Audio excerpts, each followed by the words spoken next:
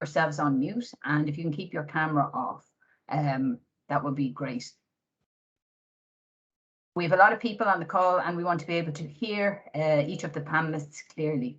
But also we do want to hear from you during the event. So please make sure you participate by putting questions in the chat box. And we're going to have the panel session for about 40 minutes. And afterwards we'll have 10 or 15 minutes for questions. So throughout the event, if you think of anything, please put the questions in the chat box. And also the housekeeping rules have just been posted to the chat box. So thank you, Ava, for that. So by way of introduction, my name is Jennifer McKenna. I'm from Intel Ireland, and I'll be the facilitator for the event tonight. And along with my co-lead, Edwina MacDonald from Vodafone, we're looking after the Tech Series, which is a series of events that falls under the CWiT platform of the Early Careers pillar. CWiT stands for Connecting Women in Technology, and it is a platform of 20 tech companies. And the aim of that platform is to attract and encourage women into STEM careers. And it is really important for us to speak to you guys, the third level students. It's really key. So the aim of tonight's event is to give you a flavour of the vast number of ways that you can enter the tech industry and to encourage you to apply for a role in a tech company when you get your qualifications. So I just also like to mention that there's been a lot of work carried out in the background by the Tech Series Committee. So a big thanks to Caoimhe Mooney, Eva Larkin from Intel, to Emily Stevenson, Adam Walsh, and Kerry Burns from Vodafone, who've put a huge amount of work to make this event possible. So without further ado, I'm going to hand over to each of our panelists and allow them to introduce themselves, just give a quick bio on what they've studied and how they get started in their career. So Caoimhe, it's over to you. Thanks, Jennifer. So hi everyone, I'm Caoimhe Mooney. So I studied computer engineering in Trinity. So I did the integrated masters, so 4-year undergrad, 1-year masters. And as part of that, I did an internship in Intel in my 4th year. So it was an 8-month internship, and then I went back, did the master's year, and then came back to Intel. So I work in Movidius, VPU IP. We have changed names a few times. I think we're still most well known as Movidius. And I'm an AI software development engineer. Really what I would describe my job as, apart from my job title, is I do verification on other people's code. So basically my day-to-day is trying to break other people's code. So I spend my days breaking things, basically, is my job, all in all. So yeah, that's kind of my background and what I do. Sahar, do you want to go next then? Yeah, sure. Hi, everyone. My name is Sahar Alialy, and I'm the MFG Operation Manager at Intel Corporation Ireland. I studied physics. I received my PhD in physics in Turkey, and I got my Bachelor and Master of Science in physics from Iran. After being like 1 year in Turkey as a postdoctoral researcher, I decided to pursue my goals in another part of the world. I got a job offer from a very good research group from Trinity, and I joined Ireland. So at the night that I arrived Ireland, I didn't know anyone. Rainy day, I didn't find accommodation, so it was a tough start. But after a while, I always say, when you can survive the first few months in Ireland, then you will never want to leave. And then after that, I continued my research in Trinity College with Professor John Boland. I worked on a ERC-funded project that we were trying to create electronic devices based on human brain biology. In a simple definition, we tried to create a human brain in the lab. So this was a $2.5 million funded project. For like 3 years, I worked on that. And then I joined McMorris, Professor McMorris Group, Director of Amber. We worked on blockopolymers. And after that, I received to a stage that I should decide, okay, what will be the real pathway for my career. And I decided to join industry. And I joined Intel in 2019 as an engineer, process engineer. And after a while, I started a new journey into management, and now I'm an operation manager at Intel Corporation. I have a group of 18 male technicians that every day I try to make the strategic plans to ensure that our production line in Intel is meeting the quality and cost objectives that we have every day in there. Yeah, that's me. So Foyin, how about yourself? Yeah, sounds good, Sarah. And I can second to you on, if you can survive the first few months in Ireland, you wouldn't want to go go back or anywhere else. So my name is Foyin Olajide-Bello. I'm Nigerian, and I moved recently to Ireland, 12 months now, and it's starting to feel like home. I studied computer science as a first degree back home in Nigeria, and I went straight to start working as an entry-level staff with an IT consulting firm, Microsoft partner. And that kind of started out my journey into solutioning, helping our clients and our customers find solutions to their problems using technology tools, specifically Microsoft tools. And I did that for 9 straight years in IT consulting, deploying all of these automation tools and helping them with process redesign and intranets. And then I moved to the bank to also do the same thing. But in this case, I was driving adoption, digital transformation adoption in-house, also using Microsoft's tools. I had 3 years there, then I moved here to Ireland, and I currently work with Avanade as a senior consultant in cloud engineering, kind of doing the same thing to helping customers to find the best ways to be more productive in their everyday life, taking away the pain points and the stressful points with technology as much as we can. So yeah, that's me. Over to you, Freddie. Thanks, Foyin. Hello to everyone. So my name is Freddie. I work as a product manager at Cisco, and I'm from Galway. I did my undergrad in NUIG here. I studied maths, and when I finished my undergrad, I guess I didn't really know what I wanted to do, and I'd always had an interest in technology, but I hadn't pursued it as part of my undergrad. So I went back to NUIG and did a postgrad in software design and development. And as part of that, I did an internship with Cisco. So I started out as a software engineer, working on Jabber. I'm not sure if anyone's familiar with it. And eventually I moved into a graduate program in Cisco where we worked on WebEx. And then I did that for about 2.5 years and moved into the product management role in Cisco, which I've been doing now for just over 2.5 years. And I absolutely love. I work on WebEx still, but this time as a product manager. And I guess my day-to-day, I work with engineering, I work with design, I work with customers, to add features to the product, to speak to people about what it is that they want and why they want it and how we can improve the product so it helps people be more productive. And especially since we've all started working from home, tools like Microsoft Teams, like WebEx have become a huge part of our lives. So, how can we use them to facilitate us better at getting work done and also getting out the door quicker as well, so we're not online all day. So yeah, that's me. Oh, thanks, ladies. That's wow. I think we're going to have a huge amount of content to chat about today. It really shows there's a huge diversity between your qualifications, your careers into tech, and also I think it really highlights the opportunities that are there and how you can move from company to company and even within a company as well. So I'm going to kick off and ask Caoimhe, when you chose to study your engineering, were you thinking that you were going to end up in a software engineering role? I chose engineering not knowing what I wanted to do. So basically we had, I think it was Google came into the school and said, this is what engineering is. And I went, I'll do that. So that's basically how I chose what to do after school. And I decided I was doing it in Trinity because they had 2 general years, and I went, I still am going to want to make a decision after year 1, so I'll do 2 general years. So then first year of college was the first time I'd ever coded. And when I started coding, I was like, yeah, no, I enjoy this. But before I had even set foot in the college, I thought, you know what I'll do? I'll do biomed engineering. That sounds really interesting. That's what I'm going to do.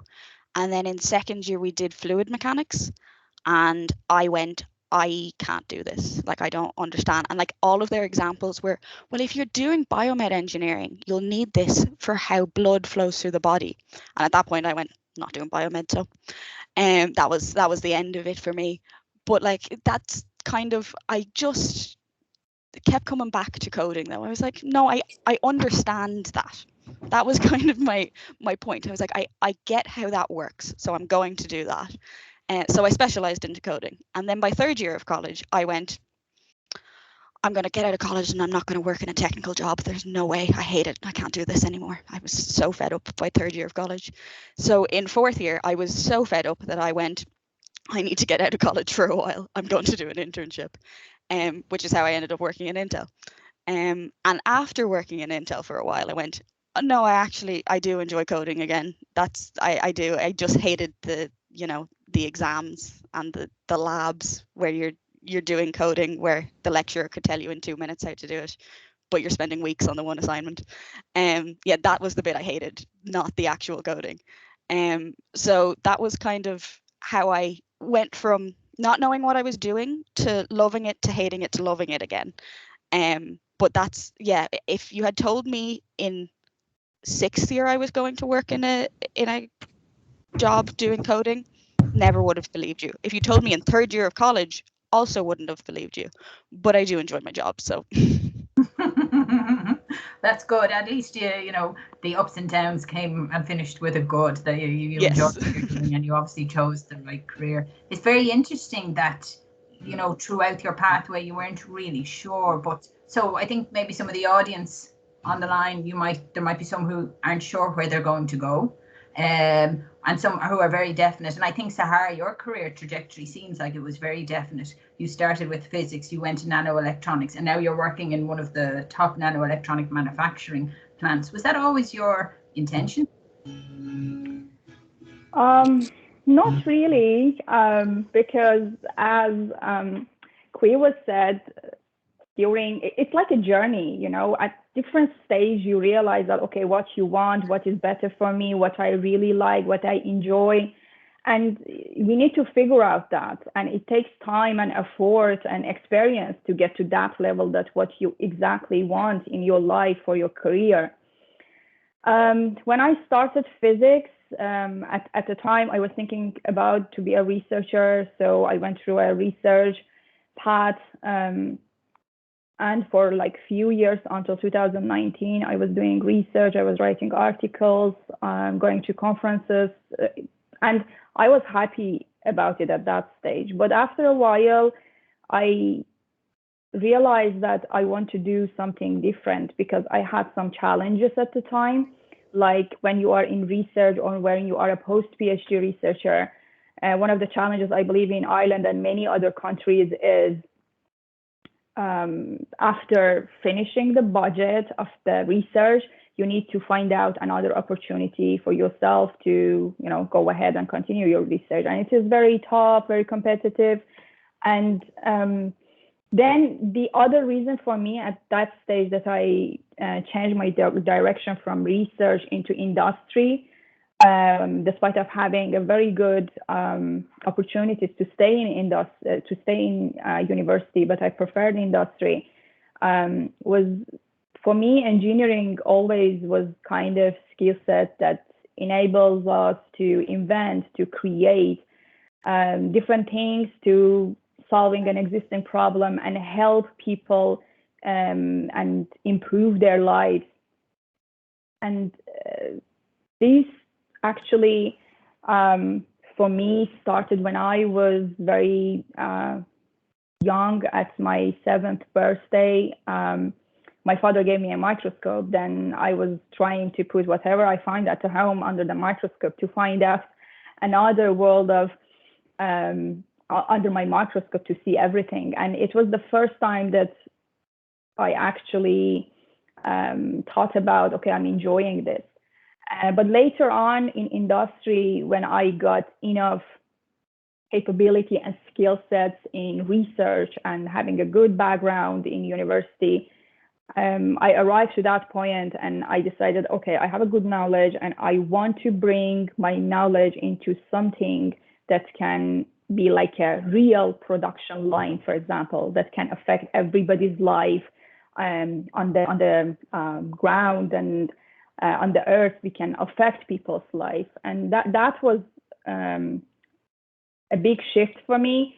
But probably if you go back like years before, I never thought about that I will be a manager at some stage in Intel. But it's a pathway, and step by step you realize what you really want to do. So it sounds like you really love your job, and what yeah, I love my job. What interested you at 7 years of age, you know, is still capturing your imagination now. And yeah, I like that, you know, for both Caoimhe and Sahar, your pathway, maybe when you read your bio, suggests it was very linear. You started at A and you went to B, but actually, speaking to you, it really isn't. And I wonder, as we talk about technology, there's a lot of misconceptions out there about what a STEM career is. And Foyin, you didn't have the chance of an internship, and like while Sahar did, you know, PhDs and understood the type of instrumentation she was going to work on in Intel as well, maybe you didn't have that exposure. And I just wanted to ask you, was the job you went into when you did start in industry, was it what you expected? I mean, did you have misconceptions that were true, or sorry, misconceptions that, you know, were changed when you started? Yes, certainly. So when I went in, what I saw wasn't what I had expected.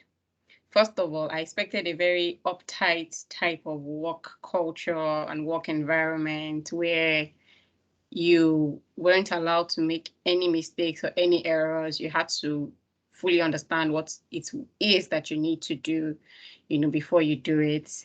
I also expected a lot of like seriousness, no laughter, no jokes type of environment. And then speaking of the actual work, because I was coming in straight to entry level, I wasn't really aware of what I was going to do, but I just knew I wanted to learn. Right. So, but when I got in, I saw that it was far from it. We did the work, but there were lots of laughter and a lot of teasing among the team members. And there was also a lot of warmth. Like people understood that, okay, you're just coming in, you're an entry level employee. We don't expect you to have the years of experience that somebody with 10 years of experience would have. And that understanding was there. And I was able to learn and understudy other people who were more experienced and start to build my own skills, which was good. I think there'd probably be a lot of members in the audience who'd be relieved to hear that when they do start in industry, either entry level or with additional qualifications. You know, you are helped. There's mentors, there's buddies there. You're not left on your own, and you're not given this massive project and expectations that you have to solve it correctly. You can go through iterations of failings, but there's always someone there to help, and it's a team. It's a team. It's a team environment, and that actually is a very nice segue into the next question, which I'm going to ask Freddie, because you did your degree and then you decided, you know, you wanted to specialize in computer science. But did you feel that both those two qualifications prepared you very well for the job you went into? I don't know if it's negative to say, but absolutely not.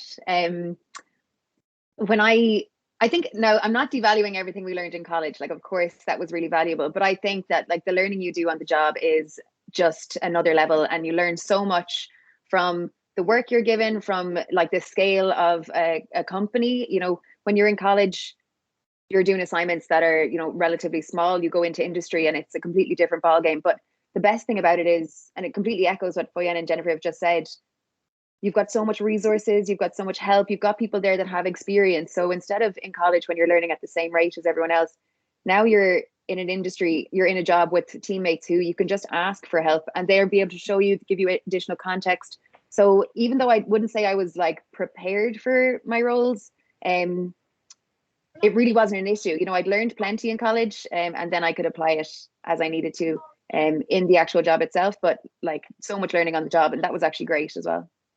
And you subsequently did a master's, as you alluded to earlier on. I mean, that was obviously what Clean up.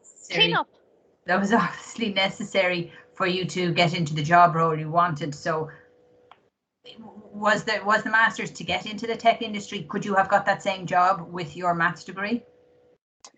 I don't think so. You know, when I finished my maths degree, I wasn't really sure what roles I would be able to apply for, and I didn't have any coding experience. And I think to get into the software engineering role, I really needed some coding experience, which is, you know, part of the reason that I went back and did that postgrad. So yeah, no, I would say that, you know, my path into technology was somewhat specific because I did specialize in software engineering. Okay, interesting. But it wasn't another 4-year degree. It was a postgrad, you said. Was it a year or two? Yes, just a year, which was great. So I had finished my 4-year undergrad, and then to go back for 1 year, it was great, and straight into an internship where I learned so much on the job. So yeah, all right. Very valuable year. And is there anyone else on the panel that would like to give their opinion on, you know, were they prepared, did their qualification prepare them for the areas in the job that they were going to get into? Yeah, I can speak about that a bit. I think at some stage in school, when we have, you know, different courses, probably we think about, oh, why I'm having this course, or it's not related. But my experience says that later on, at some stage, you will find out that somehow this course will help you. Let's give you an example. When I joined Trinity, I started work with Professor John Boland in chemistry department on that ERC funded project to create human brain in the lab. So on that project, based on my previous experience, usually we have people for each task, because in different research groups, they have 2-3 people working on the preparation, for example, 2-3 people working on creating, designing, development of the products, and 2-3 people to investigate and, you know, data analyzing. But when I started with John, he said, I want you to learn from 0 to 10 every step along the way, to do all the research just by yourself. And when I started on that, I had to learn so many, you know, different skill sets. I had to learn like EBL, etching systems, working in the clean room, how to work with the Temscal, SEM. So it was exhausting. I had to learn so many stuff. And then it was like that for months. But when I joined Intel and I joined industry, at that stage, I realized that, oh my God, now I can understand what's going on even in other departments. So I knew everything from 0 to 10 about creating an electronic chip. So this was a great, you know, opportunity for me. And honestly, about the classes that we have in university, I deeply believe it is not just about educate yourself with a technical background. We need to learn in college, in our life, about so many other soft skill sets. Like I would like to speak a little bit maybe about EQ. When I was working with John, we had a very diverse group. We had people from China, from Italy, from US, and all of us, we were trying to focus and solve a problem in our group. So I had the opportunity to be in contact with different people from different backgrounds, different cultures. And this gave me kind of skill set to be able to communicate with people and boosting my EQ, actually, which is our emotional intelligence. So emotional intelligence tells you how capable you are, how smart you are when you are working with people, when you speak with people. Can you understand their body language, or what they are feeling, or what would be your right response toward them?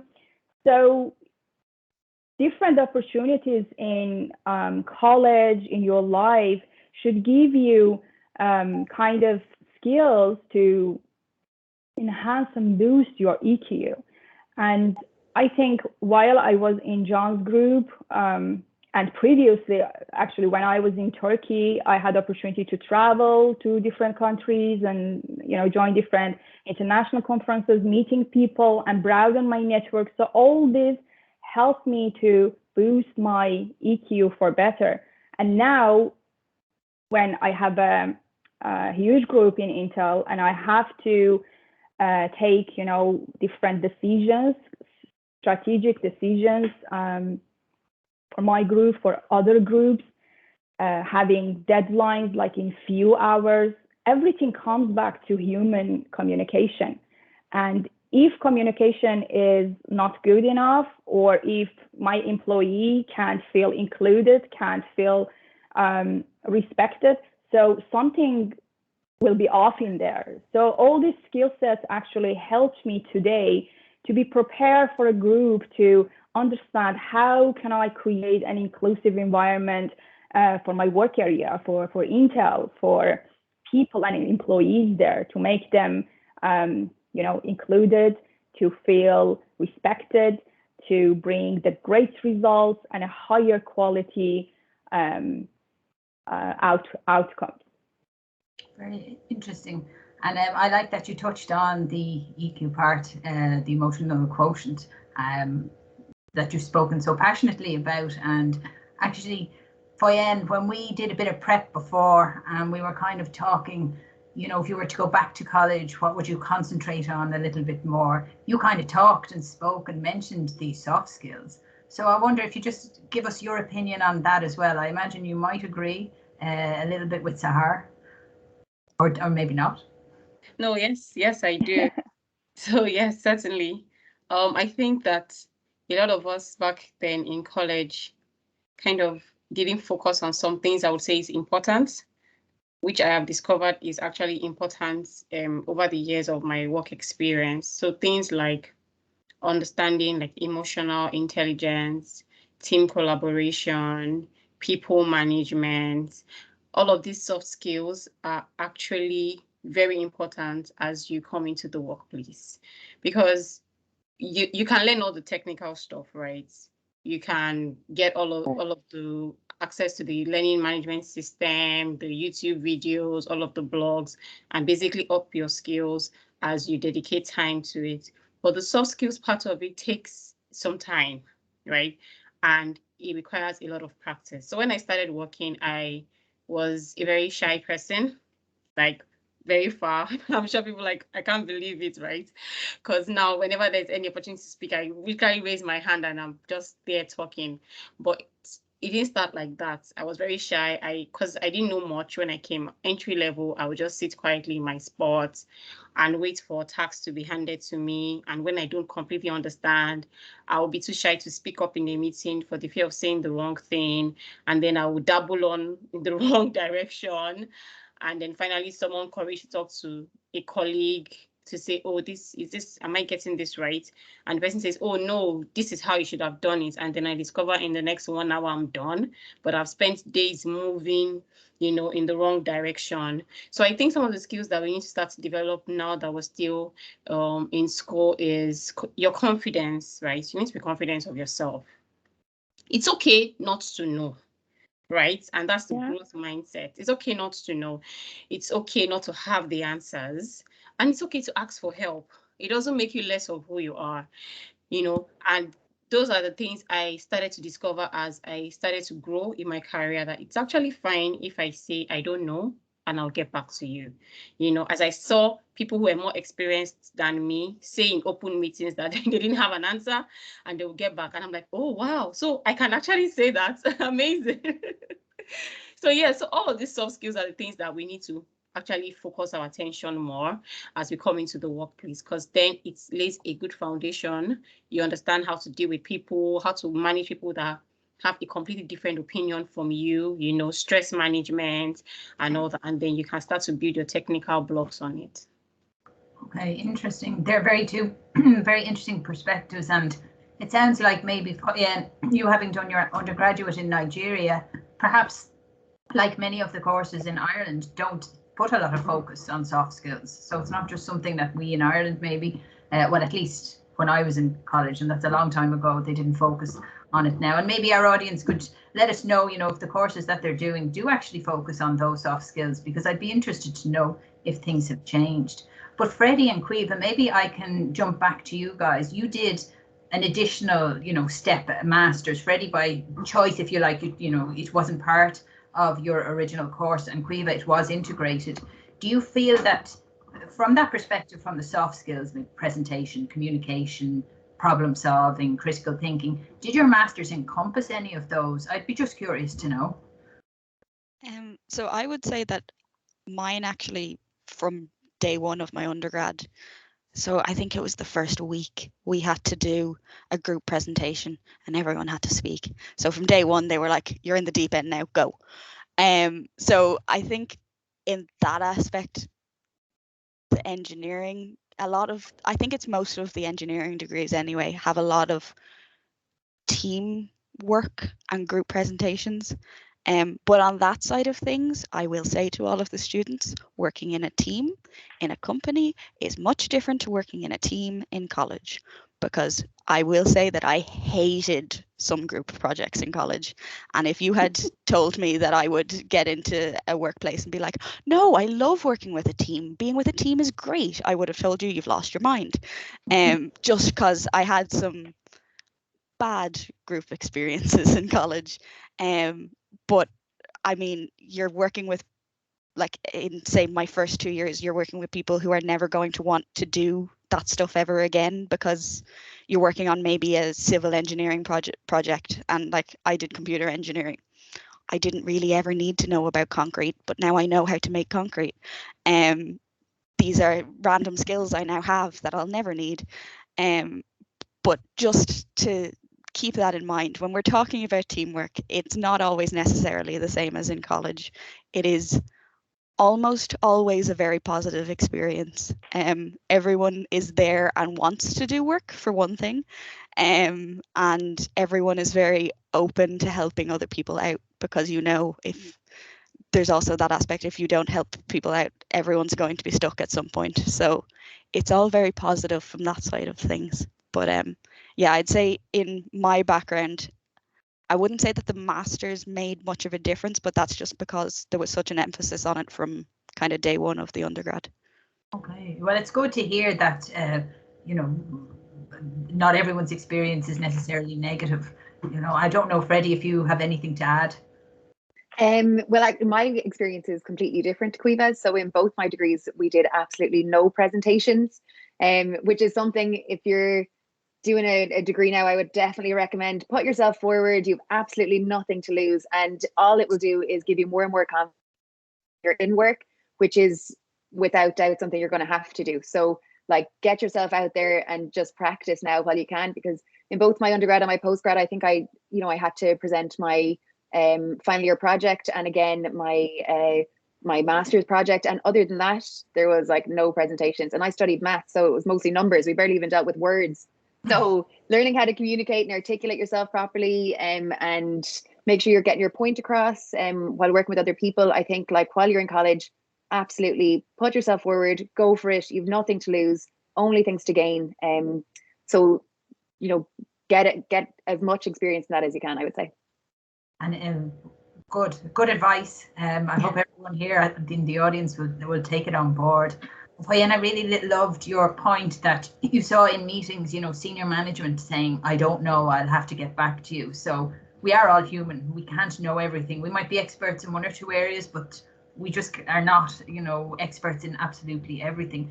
And that actually just leads me to, I think, what's a very interesting question, and might be a thought some of our students and audience have thought of before. When you go into a job, you're mixing with a diverse set of people who come from diverse backgrounds, who have many different qualifications, and who hold many different jobs. And I'll just open this to the floor for any panelists to jump in, or indeed all of you to give your opinion. As you start out and as you go through your career, have you noticed that someone with a PhD, or generally people with more levels of qualifications, are actually more successful than those who started with a BSc and an entry level? I'll just open it to the floor. Does anyone have any thoughts on that? I wouldn't really say it makes much of a difference when you start out. I think most companies anyway, you'll get paid more as a base if you have a master's to an undergrad or a PhD to a master's. But once you're in it for a few years, I don't really see it, from what I've seen anyway, making much of a difference. Because like if you think about it as your company, first of all, trains you in. So if you move to another company, you're going to be learning a whole new set of skills anyway.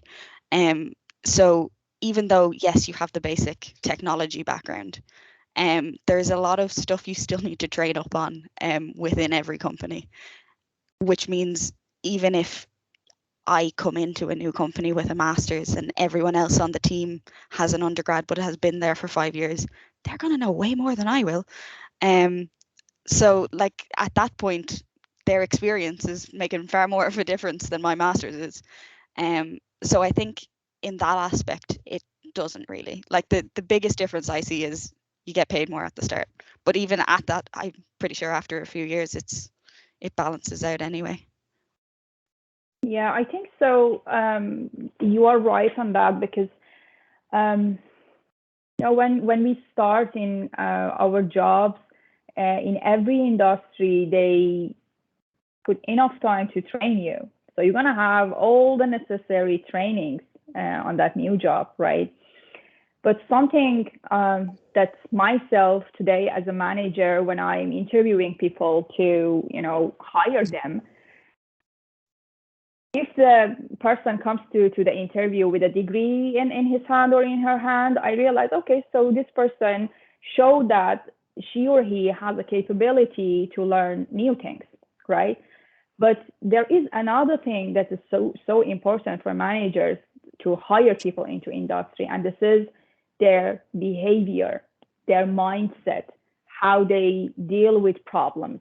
And these problems shouldn't be just, you know, technical problems, because if you are a good fit for their team, then you're gonna get this training, and then they're gonna have a better team, a more diverse team, and this is a great help for the managers. That's why I think the qualification that we receive in college is not on that level necessary, and it again comes back to this level that our soft skills should be very, very enhanced and strengthened and very good, because then you would be in a better position to be fit in so many other groups, and it opens up a lot of opportunity in front of you. And you know, I think it's a balance, and you need to find out how balance your life. But as Caoimhe said, working in the college is different, and working in industry, in other groups is different. It's really, I think, in every type of group at some stage, probably, each one of us, we came to a point that we have some people in our group, at least one person that is hard to deal with, right? And these people always challenge you. It can be, you know, simple stuff, not sharing their data, or, you know, speaking with them is sometimes very awkward. It's hard. So I think at this situation, we need just to increase our resilience toward these people. And just for your information, I'm sure many of you know, but resilience is actually your capability around how you bounce back from your failures, how you show capability around facing adversities. And if you increase the level of your toughness and your resilience, then in every type of group, if even you have people in your group that it's so hard to deal with them, then based on your capability, your good mental health, then you can find out a way. So resilience is number one, I say. Very good, very interesting. You actually spoke there about interviews, and you've, after hijacking one of my last few questions, I think. Oh, sorry. No, that's perfectly fine. That's perfectly great. I know in Intel, there's a lot of opportunities to do further learning. And, you know, when I finished college, I thought my qualification would be the last time I do an exam. And now I think we're in a generation where it's, or in the world where it's now lifelong learning. So I just wonder, Foyin and Freddie, do your companies offer those opportunities to do further learning as well? Yeah, so I can jump in on this one first. Generally, if there is a postgrad that you'd like to get involved in and it will benefit your career in Cisco or benefit your job in Cisco, they're really accommodating with, subsidizing it and, giving you a time within work to pursue it. So yeah, I think like just have the conversation with your manager if it's something you're interested in, and they definitely facilitate it. Yeah, that's great to know. At Avanade, because we're Microsoft partners, and it's key for our employees to stay like certified. As we know, there's always a different version of Office every 4 years, and I can go on and on. So what we do at Avanade is we support we support the platforms for you to learn these things, and also all of the certification exams you have to write. So I think I've written about 4 or 5 this year, and everything was completely paid by the organization. So, and then also access to places like Plural Site, where all the core tech videos are, and Measure Up, Scale Up, all of those places that are kind of very LinkedIn learning, very important to us as techies, and we always want to go there to get information. So we get access to all of that free. In addition to the Avanade University, where there are so many free courses about soft skill and all of the good stuff. So yes. So Foyin, you're the Microsoft expert. So when I have a problem with Excel or I don't know how to embed a video into my PowerPoint, I'm just going to give you a call, right? You can teach me. So just as we're coming up to 1:15, and I do want to move to questions and open questions to the floor. So please, if you have questions, get on the chat. We've got 2 there we can talk about in a moment, but I'll go around each one of you to sort of finish off this fantastic panel session.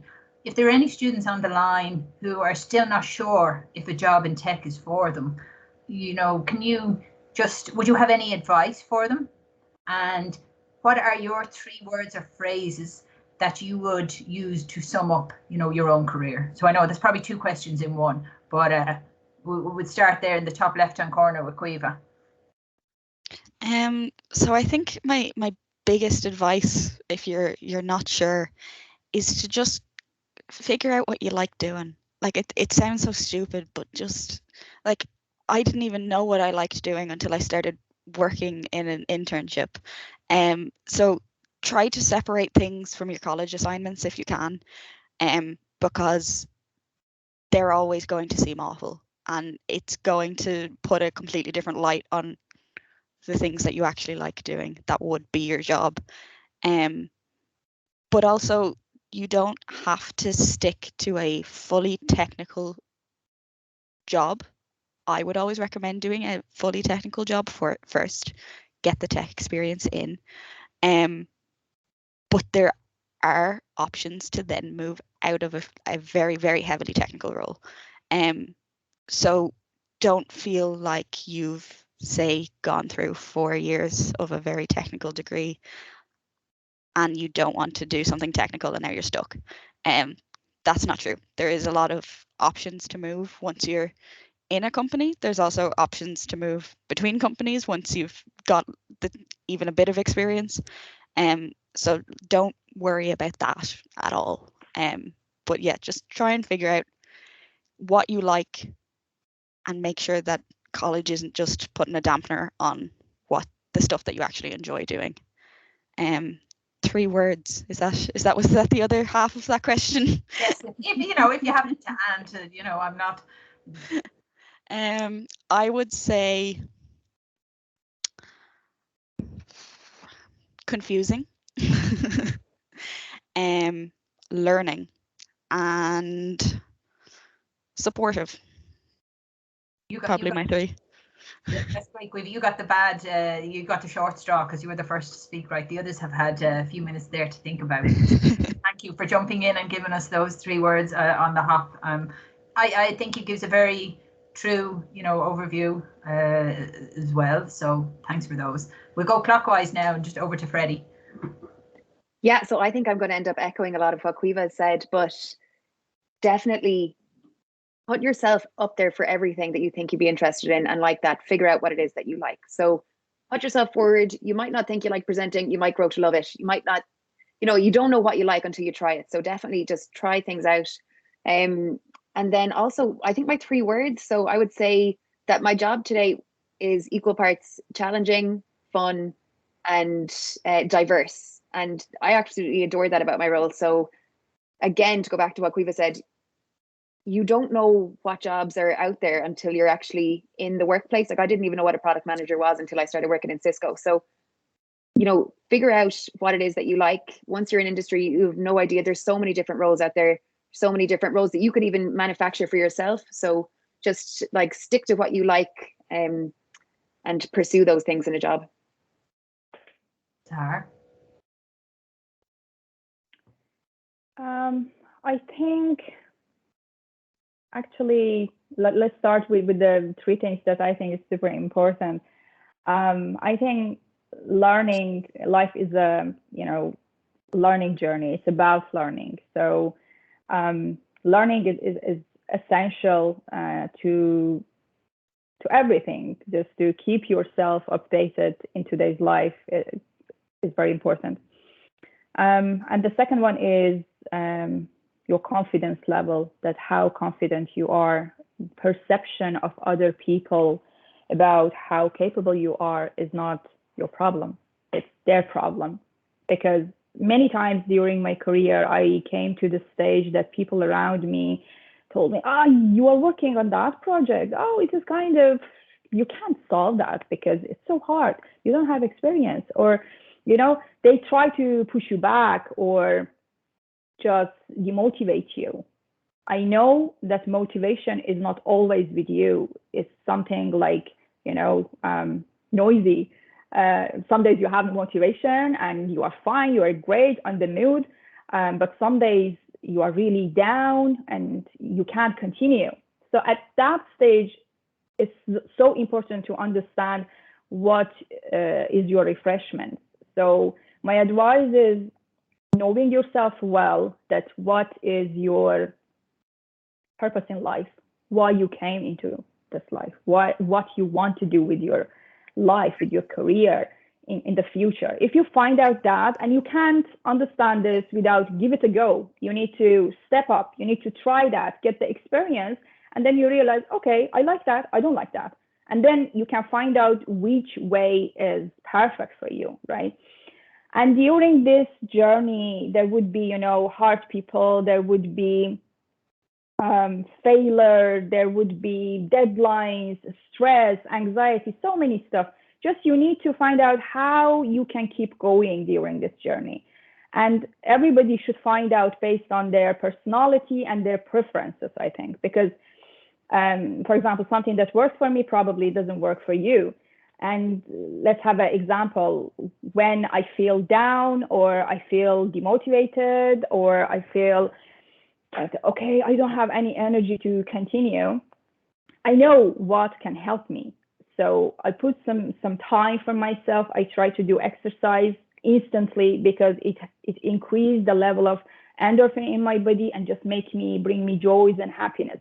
So I go for the session of the exercise. I go to the nature. I try to read a good book.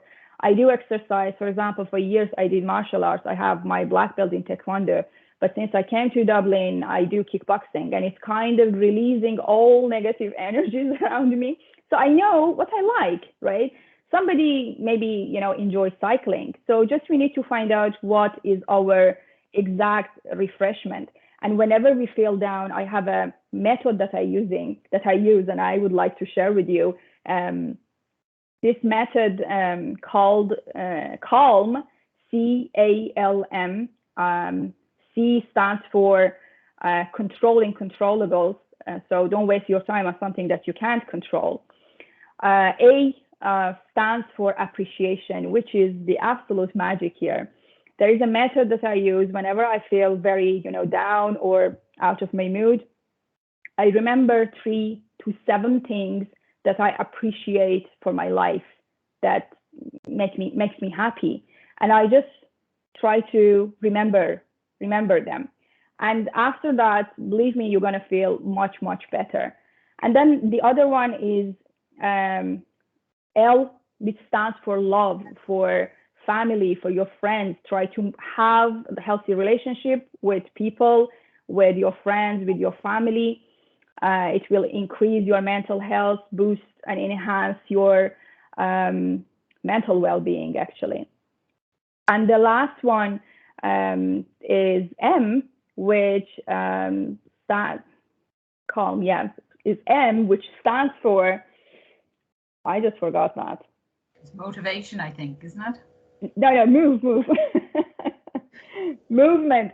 Always move your body, which I already spoke about that, and that's why I say try to have this movement definitely in your life, which is a good exercise that make you happy. Okay, that's great. So you gave us 4 words there, Sahar. You added an extra one in, but I'm not going to mess with you because you're felt out. No, I know that. So Foyin, yeah, confidence, resilience, learning. So Foyin, if we could just finish off with yourself, I'd like to be able to ask some questions as well. Questions, yes. I mean, we kind of said everything. I mean, after Sahar's fantastic calm. So basically, it's about you, right? It's about what makes you happy. It's about what defines you. We also have transferable skills. So if there are certain things that you like doing, like say you're very good with colors, you're a creative person, you can find your route around being like a UI UX designer, because all they do is try to create stuff and put things together, or around animation. So there's some things that are in your real life. If you're someone that works well with people, you understand people, you manage people. If there's a party, you are the friend in the middle of it, making sure that everything goes well.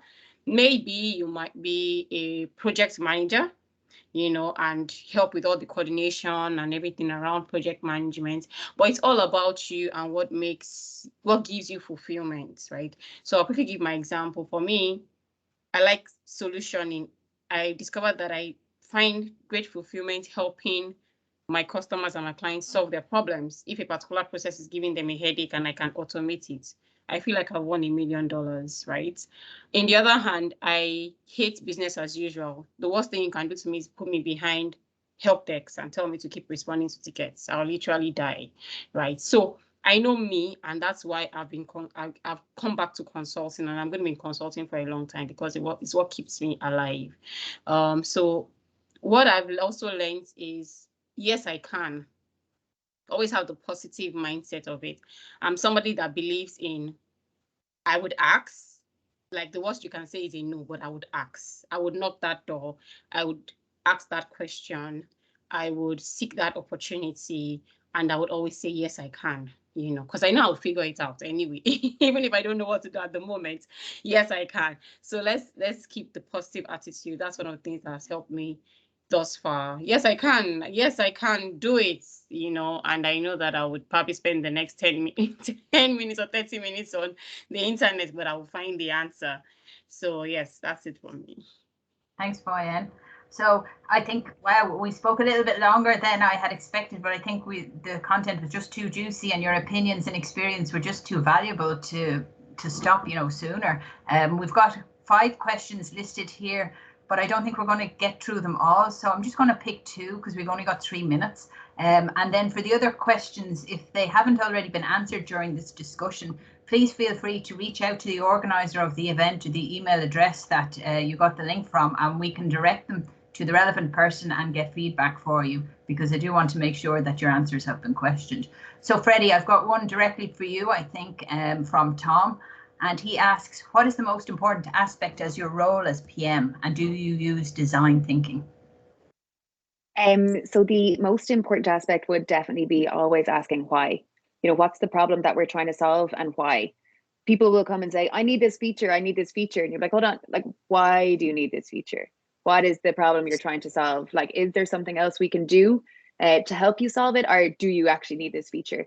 And I think as a PM, I've heard it said before, you have to be the person in the room with multiple hats on. So you're speaking on behalf of all of our customers who are from a number of different backgrounds. So it's just thinking, who am I? What customer am I? And why do they need this? What is the problem that we're trying to solve?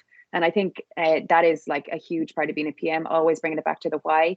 And yes, we use design thinking. A huge part of my role is just getting a prototype out to our stakeholders as soon as possible, including them in the process throughout, from the very beginning to the end, to make sure that we are solving the problem and not just kind of working off our own assumptions. So iterating is a huge part of it. Okay, great. Thanks, Freddie. And then I think we'll 2 minutes. Maybe we can just get one of the panelists to jump onto this question.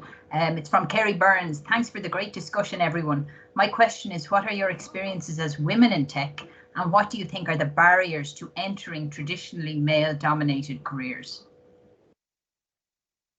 So someone's got a minute and a half to answer that. So I'll take that one. My experience as a woman in technology over the years has been, of course, it's a male-dominated environment, right? But my approach is this: I don't even see the barrier. Like, it's invisible to me. I don't see, oh, I'm a female. Like in my former office, if we needed to stay till 11 p.m., I stay with the guys till 11 p.m. and get the work done. You know, if there's anything that the guys are doing, I'm there doing it just as they would, right? So I think what we should take away is that mind of, oh, I am a woman. You're in tech and you're in tech. It doesn't even matter whether you're a woman or you're a man. You have the same brain capacity as the men do, maybe even better, you know, and everything. So it's just, don't see the barriers, don't see the borders. I don't see them, and it has really helped me in all of my years in the male dominated. I have a lot of colleagues that are male. I mean, there were 100 of us and maybe 5 female in my former workplace, and I didn't even see it. So somebody said, whenever I come to your office, I feel like I'm coming to a boys' dormitory. Like, I'm so sorry. So yes, what else? What do you think are the barriers? So my experience has been fantastic, and I've been privileged to have men as my managers for a couple of years, and they've been very supportive, like super allies, ensuring I get into the right space, I get the right opportunities, my voice is heard, my ideas are taken. So yeah, so that's, my experience has been very good, and I don't see the barriers. So it helps me not to limit myself. Well, Foyin, on that note, I don't think we can say anything else to beat that. So that's a fantastic way to close this session, the second of our CWiT Tech Series events. And just to say to everybody, I'll send out the link for some feedback survey tomorrow. So please, if you have a minute, please jump onto that link and fill out the survey. We'd love to get your feedback. There's going to be 2 more sessions as part of this tech series. They will take place in February and March of next year. Due to the exam calendars across universities being extended, December and January are just too busy, I think, for the students for us to be able to host events. So we will be back in February and March, and we look forward to seeing you then. Listen, thanks a million. And the last thing, of course, is thanks to the panel, Caoimhe, Freddie, Foyin and Sahar, for such inspirational, I think, and valuable nuggets of information. And I hope everyone has taken something away from this talk. Thanks a million. See you again soon. Bye. Thanks, everyone. Thank you. Thank you. Bye. Bye. Bye.